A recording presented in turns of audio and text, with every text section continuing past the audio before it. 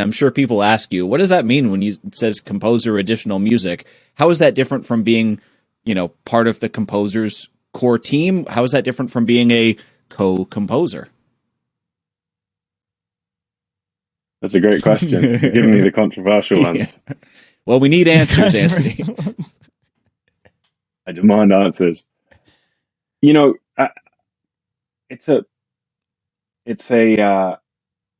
It's a wonderful opportunity to get really confident with arranging, essentially, additional music. In most cases, certainly in the cases that I've experienced and been a part of, there's a lot of material, big scores, a lot of material needs to be created, a lot of programming needs to happen.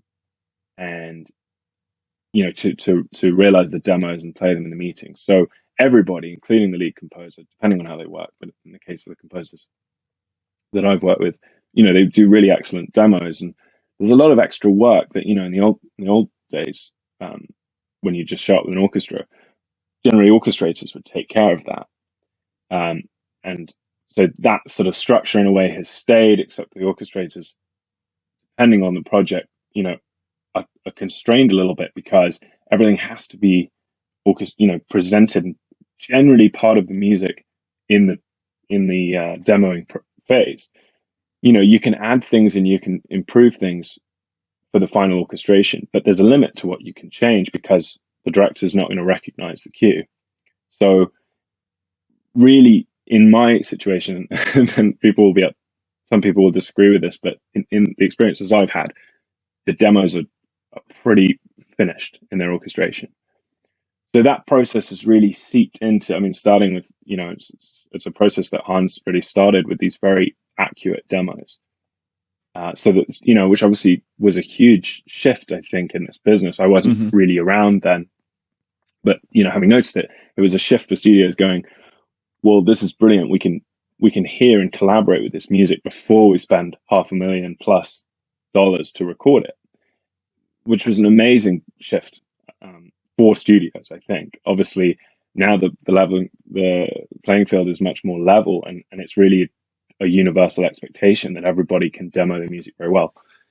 So sort of back to additional music, yes, that role, that supporting role of the orchestrator, not that it's still not there and important when it comes to the finesse of the final product, it has shifted, to additional music in my experience. And, you're really just a support in any arrangement or any realization or reharmonization or sometimes creating extra additional material. And look, and frankly, sometimes it's an awful lot more than that. Not with John Powell or Henry Jackman or Harry Gregson, so I've also worked with a little bit.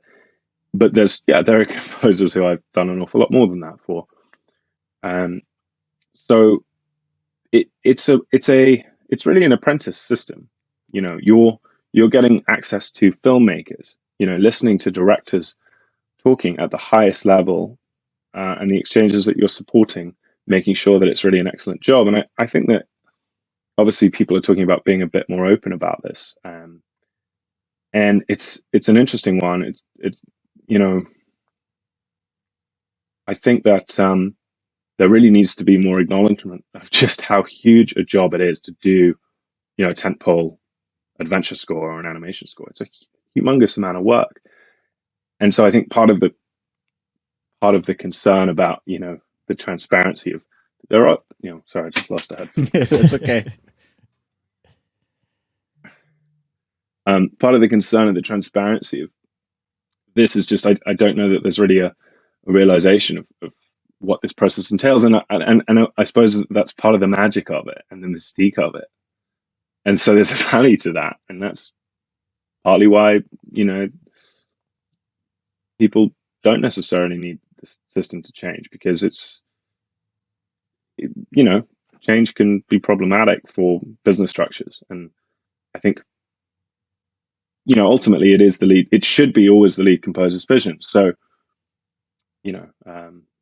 I don't know if I said, the right things, but no, that's great. I'm hearing this a lot as almost being, every film is kind of like its own startup, like company. It's like it's a small, think of it like a software company, and there's different needs, there's a different market, there's a different, different kind of angle that you have to take with the creative, but also you need people to help get you there.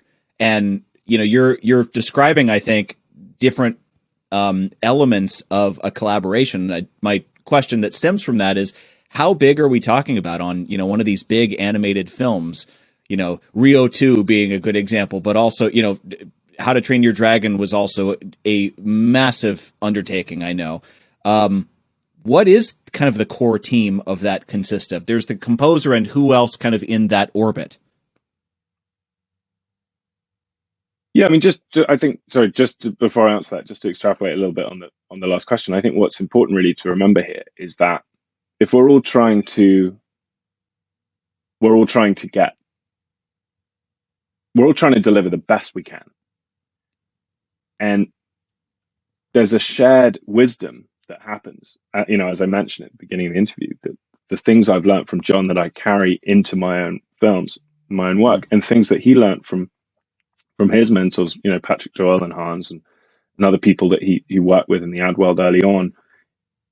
And I think it's the most important reason to acknowledge this system is that it's important to have the shared wisdom, because it's how we can keep our quality high. And it's also really important, I think, in the birth of new composers, and diverse composers, to acknowledge that, well, if you want to hire people who are really interesting new voices, they also need to be acquainted with the reality of this huge delivery and the logistics behind that. Yeah. And this is a wonderful way to learn it. So it's a positive thing. I think